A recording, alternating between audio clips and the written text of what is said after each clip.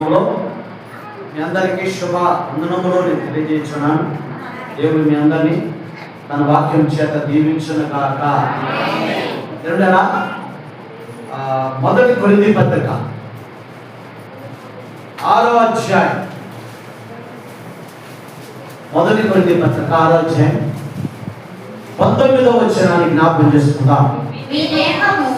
మీ దేహము దేవుని వలన మీకు అనుగ్రహింపబడి మీలో ఉన్న పరిశుద్ధ ఆత్మకు ఆలయమై ఉన్నదని మీరెరుగరా? మీరు మీ సొత్తు కాదు, మీరు విలువ పెట్టి కొనబడిన వారు కనుక మీ దేహముతో దేవుని మహిమపరచుడి. ఆమేన్.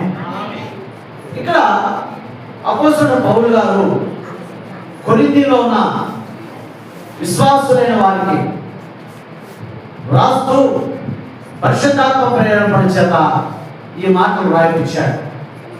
కొరింథీ సంఘంలో విశ్వాసులు ఎలా ఉన్నారంటే, వారు దేహమే విలువైంది అనుకున్నట్టుగా ఈ లోక సంబంధమైన శరీరమే గొప్పది అన్నట్టుగా భావించుకొని విలువ వస్త్రాలు వేసుకొని చక్కటి జడలు ధరించుకుంటూ మరి రంగులు వేసుకుంటూ అలాగే వెలగలిగిన వస్త్రాలతో వారు భూమి మీద బ్రతుకుతున్నట్లుగా గుర్తించినటువంటి దైవజనుడైనటువంటి ఈ పౌలుగా కొరింథీ సంఘానికి రాస్తూ మాట్లాడుతున్నాడు.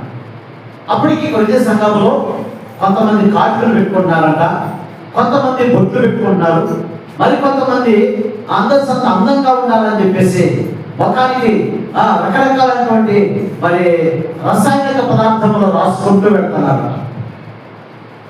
వారు అందరూ చూపించి మేము గొప్పవారము, మేము గొప్ప ధనికులము, మేము ప్రభు నమ్ముకున్న కన్నులైన వారము అన్నట్టుగా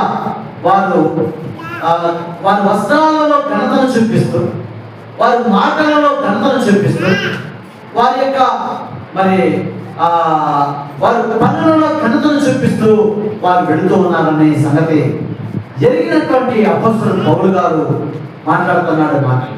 ఏంటంటే మీరు మీ శరీరానికి ఎంత సమయం హెచ్చించి ఎంత ఖరీదుగా మీ శరీరానికి వాడుకుంటూ దేవుడిచ్చిన శరీరానికి రంగులు దిద్దుతున్నారు మీరు అని చెప్పేసి మాట్లాడుతున్నారు. చాలా మంది శరీరానికి దేవుడిచ్చిన శరీరం